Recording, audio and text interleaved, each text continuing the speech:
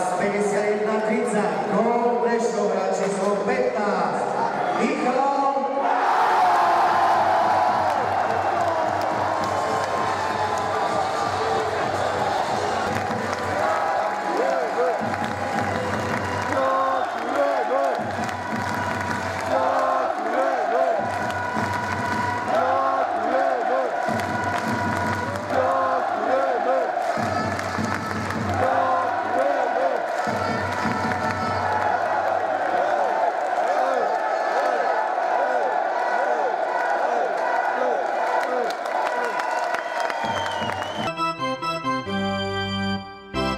Prosím na úvod vyjadrenie trénera hostí ku zápasu. My sme mali dobrý vstup do zápasu, ktorá sa nám vyhráva 2-0. Ešte predtým sme dali 2 tyčky, že výsledok mohol byť ešte lepší. Prvá tretina bola dobrá. Vstup do druhej tretiny takisto ešte som v začiatku dodržovali, ale potom sa ukázala sila súpera. Vystrelili už 4 góly, čo bolo dosť, ešte stále sme sa nevzdali. Dali sme na 5-4, išli sme do poslednej tretiny s tým, že počkáme na nejakú chybu súpera, aby sme zápas dramatizovali, ale bohužiaľ tú chybu sme spravili my. Prešov išiel sám na bránu, čo aj využil a potom už sme začali lietať po celom ihrisku a bohužiaľ Prešov je tak silný súper, že to pokrestá. Pán Damkov, na úvod blahoželám k víťazstvu po základnej časti. Vaše zhodnotenie? Tak súhlasím, my sme chceli do zápasu vstúpiť trošku ináč. My sme začali na 4 útoky a 7 obrancov, že budeme točiť dookola. No a ten začiatok zápasu opäť z našej strany slabo. Snáď to bolo aj tým, nie je to ako ospravedlnenie, ale keď sme skončili zápas, ťažký zápas v Detve, my sme vyštartovali o 9. z Detvy večer a prišli sme domov o 2. Čiže my sme cestovali vlastne 5 hodín, nejakých 200 km. Snežilo, bola kalamita, boli tam skrížené kamióny a možno aj to sa podpísalo trošku tá únava, nevyspatosť v tej prvej tretine. Ale nie je to žiadne ako ospravedlňovanie, my sme hrali zle. My sme boli vyučovaní zbytočne, my sme hrali pomaly 2 minúty 5-3, opäť 5-3 oslabenie a to si nemôžeme dovoliť, pretože v play-off sa to trestá a každé takéto zaváhanie nás môže stať zápas, takže to si musíme vysvetliť a zanalizovať. Je jasné, že veľmi dôležitý bol gól v prvej tretine, že sme dali kontaktný gól na 2-1. My sme zlepšili pohyb v tej druhej tretine. Ako Mišo hovoril, že chceli hrať, ale z našej strany my sme zlepšili pohyb, zlepšili sme organizáciu hry, nepúšťali sme tak, pritlačili sme na supera a výsledok bol tie 4 góly. Ale opäť musím dať tam vykričník, pretože 2 minúty do konca tretiny, to sa nám nemôže stávať, že zrazu prestaneme hrať, chceme dať 5., 6. gól, 2 minúty do konca.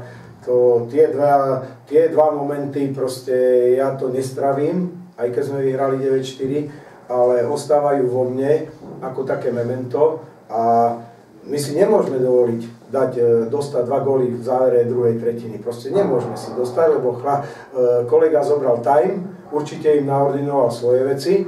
My sme využili 30 sekúnd na to, že sme si povedali, čo ideme hrať my. A nič z toho naladenie bolo. Bola tam podcenenie situácie, neplnenie, nedisciplína, 2 ľahké góly. Je jasné, že trošku po druhej tretine, že my sme ten zápas chceli vyhrať, lebo to znamená, že sme vlastne po 13 rokov opäť vyhrali základnú časť, vlastne ten prvý cieľ v sezóne, ktoré sme si dali, na čom sme pracovali. No a potom sme s tými akciami, pekné akcie, na konci zvýšili sme na rozdiel 9-4. Ten výsledok je pre Skalicu trošku krutý, ale myslím si, že Skalica hrala dnes veľmi dobre. Aj keď dostala tých 9 gólov, potom už to spadlo z hocičoho, ale potrapili nás a hrali veľmi dobre.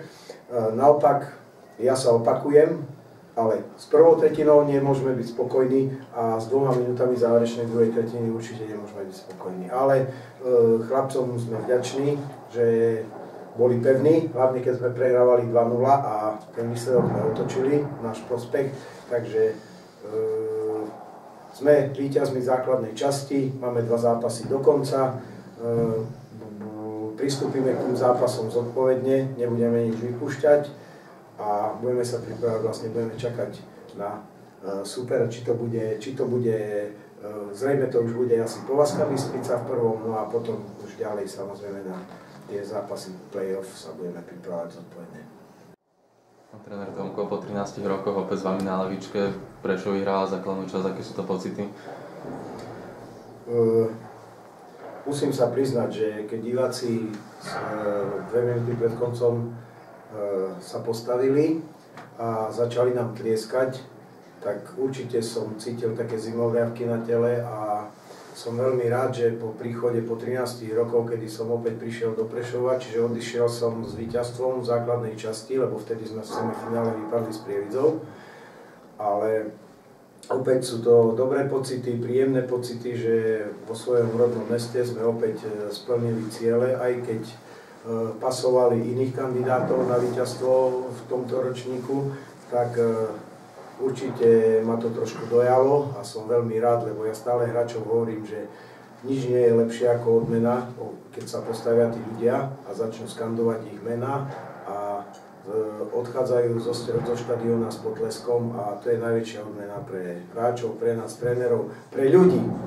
Lebo to nie je len naša zásluha, že sme vyhrali tu. Hej, to je tréner má tréningový proces, riadi hráčov, určuje, ako budeme hrať, akým systémom, hej, ale je to odmena pre všetkých ľudí, ktorí pracujú v tomto hokeji, v prešovskom hokeji, ľudia, ktorí nás vedia zohnať peniaze, ľudia, ktorí nás financujú, ľudia, ktorí sa starajú o zimný štadión, o celé zázemie, takže nie je to len zásluha hráčov a nás trénerov, ale všetkých ľudí, ktorí robia okolo hokeja.